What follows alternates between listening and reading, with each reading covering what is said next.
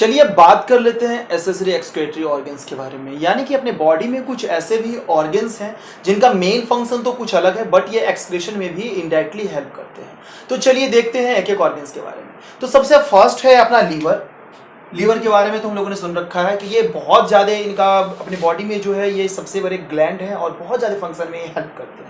इनका जो है कभी डाइजेशन में हेल्प होना है, कभी इनको एक्सक्रीशन में हेल्प होना है, बहुत सारी चीज़ों में इनका जो है कभी विटामिन्स के फॉर्मेशन में हेल्प होना है, हार्मोन्स के फॉर्मेशन में, एंजाइम्स के फॉर्मेशन में, प्रोटीन्स के ब्रेकडाउन में, यूरिया के फॉर्मेशन में, बहुत सारे इनके फंक्शंस है। कभी तो आरबीसी के बनाने के लिए। तो अब ये देखिए क्या होता है इनके लिए अगर हम बात करें तो जैसे कि ये क्या करते हैं, अब यूरिया फॉर्मेशन में कैसे हेल्प करते हैं, तो अमोनिया से यूरिया को कन्वर्ट करते हैं बाय ऑर्निथिन साइकिल। जैसे कि मैंने बताया था ऑर्निथिन साइकिल में जो लीवर सेल्स होते हैं उनके माइटोकॉन्ड्रिया में ये टेक्स प्लेस होता है पूरा का पूरा ऑर्निथिन साइकिल या यूरिया साइकिल ये टेक्स प्लेस होता है। तो अमोनिया से क्या होता है कि यूरिया जो है बनकर के तैयार होता है। अब यूरिया जब बन के तैयार हो गया तो ये क्या है कि अब रेडी है एक्सक्रीशन के लिए। तो ये प्रोसेस में होता है। दूसरा प्रोसेस क्या है कि हम बात करेंगे जैसे कि बिलिरुबिन जो होता है जब हमारे ब्लड सेल्स का ब्रेकडाउन होता है तो ये जो है ये क्या होता है कि दो तरह के कलर का फॉर्मेशन करते हैं। बिलिरुबिन हो गए, बिलिवरिडीन हो गए, या बहुत अलग अलग तरह के भी कलर को जो हमारे पिगमेंट है उनका फॉर्मेशन होता है।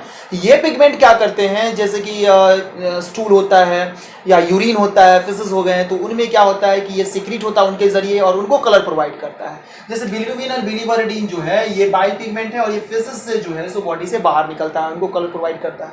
दूसरा क्या है, हम बात करेंगे यूरोक्रोम के बारे में। तो यूरिन को कलर जो पेल येलो कलर होता है, यानी कि पेल येलो कलर है हमारे यूरिन का, तो ये जो है ये कलर प्रोवाइड करने के लिए यूरोक्रोम सबसे ज्यादा रेस्पॉन्सिबल है। दूसरा क्या है कि कुछ ड्रग्स हो गए या कोलेस्ट्रॉल हो गए, इनको भी ये एक्सक्रीशन में हेल्प करता है। कैसे, तो जो बाइल का सिक्रीशन होता है, बाइल जो रिमूव होता है बॉडी से, बाइल जो बाहर निकलता है, उनके जरिए कोलेस्ट्रॉल वगैरह जो होते हैं या ड्रग्स वगैरह होते हैं वो जो है सो इनको एक्सक्रीट करता है ये लीवर जो है बहुत मेन फंक्शन है, सबसे बड़ा ग्लैंड है और बहुत सारे इसके अंदर अंदर फंक्शंस भी है। चलिए दूसरा का सेकंड के बारे में हम लोग देख लेते हैं जिसका नाम है स्किन। स्किन का भी कहीं कम फंक्शन नहीं है, ये भी बहुत टाइप के अदर फंक्शन को हमारे लिए हेल्प करते हैं, हमारे लिए होता है हमारे बॉडी में इनका अदर फंक्शन, जैसे कि प्रोटेक्शन प्रोवाइड करना, मैकेनिकल इंजरी से, इन्फेक्शन वगैरह से बचा करके रखना, इंटरनल ऑर्गन्स को इफेक्ट ना कर दे। लेकिन एक्सक्रीशन में हेल्प कैसे होता है, तो ये जो है जैसे स्वेटिंग, जो अंदर की जो गंदगी है उसको बॉडी से बाहर निकाला है, प्लस जो हमारा होम्योस्टेटिस होता है, जो टेम्परेचर को मेंटेनेंस करना है, उनमें भी हेल्प करता है ये। तो ये क्या करता है, इसे जो है इनमें होता है सुडोरीफेरस ग्लैंड या जिसको हम लोग स्वेट ग्लैंड बोलते हैं, इनमें होता है। और वो स्वेट ग्लैंड क्या करता है, स्वेट के फॉर्मेशन या स्वेट को एक्सक्रीट करने में हेल्प करता है उनके जरिए, ठीक है। तो ये बॉडी से बाहर निकलेगा। स्वेट में होता क्या है, वाटर रहेगा, यूरिया रहेगा, सॉल्ट रहेगा, और भी अदर सारे जो वेस्ट हैं वो रहेंगे, नाइट्रोजनस वेस्ट रहेंगे वो रहते हैं, लैक्टिक एसिड वगैरह भी इसमें रहता है। तो ये चीजें इनमें रहती है और स्वेट ग्लैंड के जरिए, स्वेटिंग के जरिए बॉडी से बाहर निकलता है। स्वेट जो है होमोस्टेटिस में भी हेल्प करता है कि जैसे कि अगर मान लीजिए टेम्परेचर ज्यादा हो गया है, होमोस्टेटिस होता है मतलब वाटर जो है बॉडी से बाहर निकला तो उसको कूल कर देता है, ठीक है। सेकेंड क्या है कि ये सेबेसियस ग्लैंड का भी अपना मेन रोल, बहुत मेन रोल है कि इसमें क्या होता है कि सीबम का फॉर्मेशन होता है। और सीबम क्या होते हैं, हमारे स्किन के लिए बहुत ही ज़्यादा इंपॉर्टेंट होते हैं। एक कंडीशन अगर मान लें, एक सीबम जो होता है कहीं ना कहीं हमारे स्किन को या हमारे बॉडी को एक समझ के रखिए ऐसा कि इम्यूनिटी प्रोवाइड करता है या बचाता है, ठीक है। ये इंटेगुमेंटरी सिस्टम्स के अंतर में आते हैं और ये क्या करते हैं कि प्रोटेक्ट करते हैं हमारे स्किन वगैरह को, कि जो माइक्रो ऑर्गेनिजम्स अटैक कर रहे हैं या जो कोई इन्फेक्शन अगर होने वाला है या जो अल्ट्रावायलेट रेज वगैरह जो आती रहती हैं, इंफ्रारेड जो आती रहती है, उनसे जो है एक ये लेयर बना देता है अपने स्किन वगैरह पे और एंट्री करने से रोकता है और उससे जो है बहुत ज़्यादा प्रोटेक्शन ये प्रोवाइड करता है। तो ये सीबम जो होता है, तो सेबेसियस ग्लैंड क्या करता है, सीबम को सिक्रीट करता है, सीबम को सिक्रीट करेगा जो कि एक ऑयल टाइप का होता है। ऑयल टाइप का सिक्रेशन, ऑयली फेस जिसको हम लोग बोलते हैं, वो दिखते रहता है। उसमें रहता क्या क्या है, लिपिड रहेगा, फैटी एसिड रहेगा, स्टेरॉल रहेगा, ये सब चीज़ें रहती हैं और इनका बहुत ज़्यादा जो है सो अलग कैटेगरी का फंक्शन है, प्रोटेक्शन प्रोवाइड करते हैं, ऐसा समझ लीजिए थोड़ा सा। अब हम जो है सबसे लास्ट में बात कर लेते हैं लंग्स के बारे में। ऑलरेडी हम लोगों ने लंग्स के बारे में देख लिया है कि कैसे जो है रेस्पिरेशन में हेल्प करते हैं। तो ये एक्सक्रीशन मींस क्या, जो बॉडी में हमारे कार्बन डाइऑक्साइड बन रहा है, जब हम लोग ऑक्सीजन लेते हैं उनका ग्लूकोज का ब्रेकडाउन होता है, पायरुविक एसिड से जो है बहुत सारे प्रोसेस होने के बाद में carbon dioxide, water molecules plus energy बनते हैं।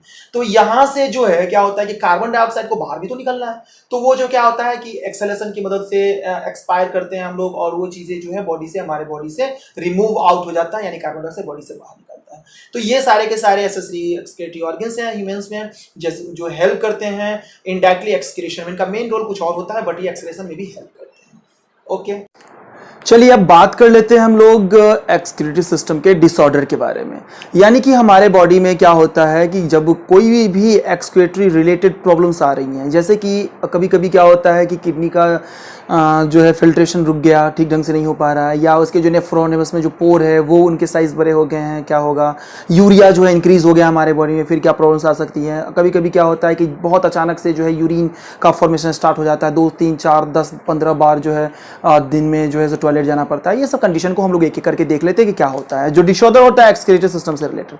तो सबसे पहला हम लोग बात करते हैं जो है डायबिटीज इंसिपिडस की।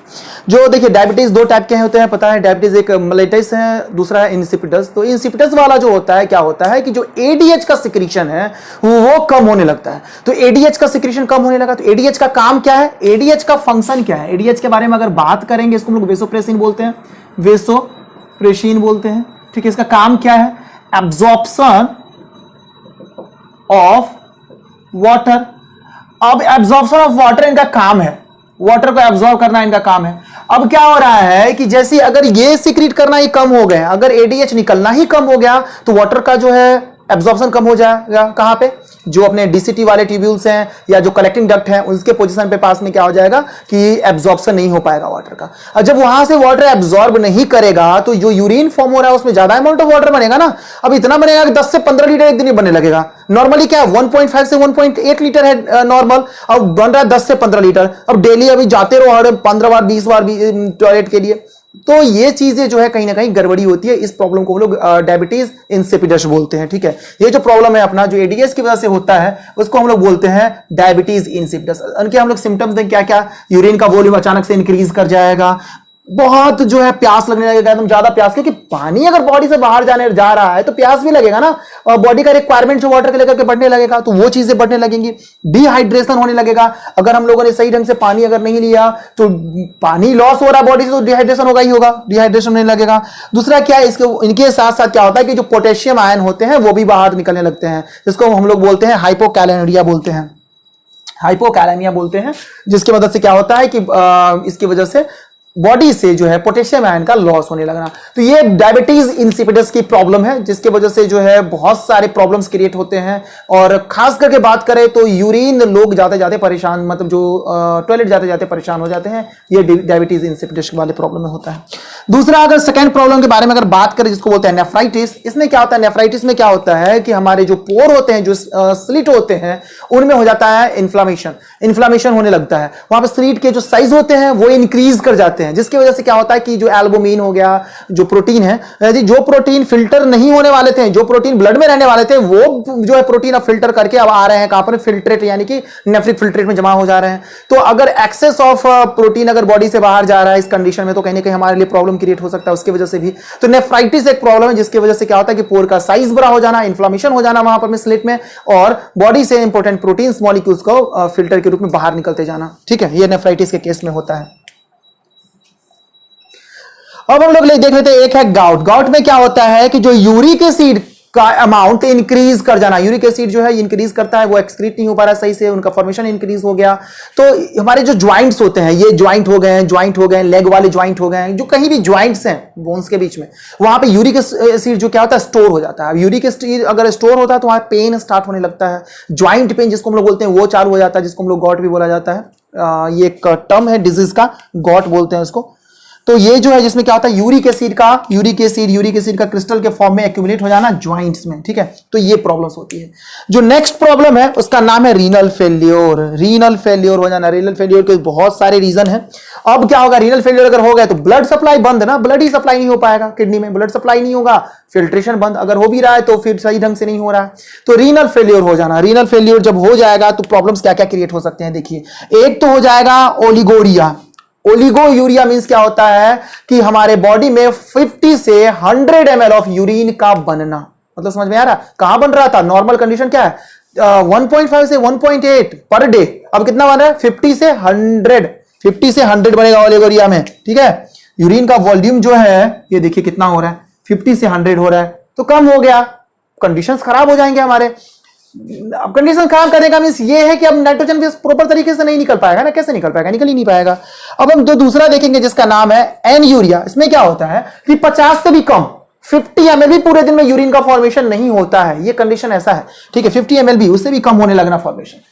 थर्ड कंडीशन है क्या, यूरेमिया वाला। यूरेमिया में क्या होता है कि जो यूरिया है उसका इंक्रीज कर जाना ब्लड के वॉल्यूम में, ब्लड में जो क्या होता है यूरिया का अमाउंट इंक्रीज कर जाना। तो ये सब सारे हम लोगों ने देख लिया है डिजीज। पहला क्या है, डायबिटीज इंसिपिडस। उसमें क्या होता है कि ये हमारे बॉडी से वाटर का बार बार निकलते जाना, क्योंकि एडीएच वाटर को एब्जॉर्ब नहीं कर पाता, क्योंकि एडीएच का सिक्रेशन उतना हो ही नहीं रहा, एडीएच सिक्रेट नहीं हो रहा तो वाटर को एब्जॉर्ब नहीं कर पाएगा डीसीटी और कलेक्टिंग डक्ट में। तो वो क्या होगा, यूरिन के सारे निकलने लगेगा, डेली 10 से 15 लीटर निकलने लगेगा। हमारा जो नॉर्मल लेवल क्या है 1.5 से 1.8 लीटर है। सेकेंड हमारा जो पोजीशन है, सेकेंड जो हमारे डिजीज का नाम, इसका नाम है गॉट। उसमें क्या होता है कि जो हमारे ज्वाइंट्स होते हैं उसमें यूरिक एसिड का भर जाना क्रिस्टल के फॉर्म में, जिससे पेन स्टार्ट होने लगता है।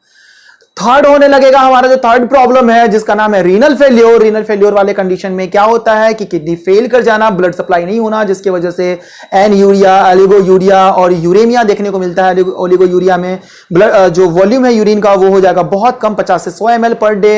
एन यूरिया में हो जाएगा 50 से भी कम हो जाएगा, 50 ml से भी कम हो जाएगा। और यूरेमिया में जो यूरिया का जो है अमाउंट इंक्रीज कर जाना पूरे के पूरे ब्लड में, ठीक है। और एक जो सबसे लास्ट में है उसका नाम है नेफ्राइटिस। नेफ्राइटिस में जो इन्फ्लामेशन हो जाना, हमारे स्लिट में, स्लिट वाले पोजीशन में सेल्स जो होते हैं वहां पे इन्फ्लामेशन हो जाना, उनके साइज को इंक्रीज करना, जिससे एल्बुमिन जैसे प्रोटीन जो है सो आकर के नेफ्रिक फिल्ट्रेट में आकर के जमा होने लगते हैं, फिल्ट्रेट में कन्वर्ट होने लगते हैं, ऐसा समझिए, होने लगते हैं। तो ये सब सारी तरीके से हम लोगों ने डिजीज को देख लिया है।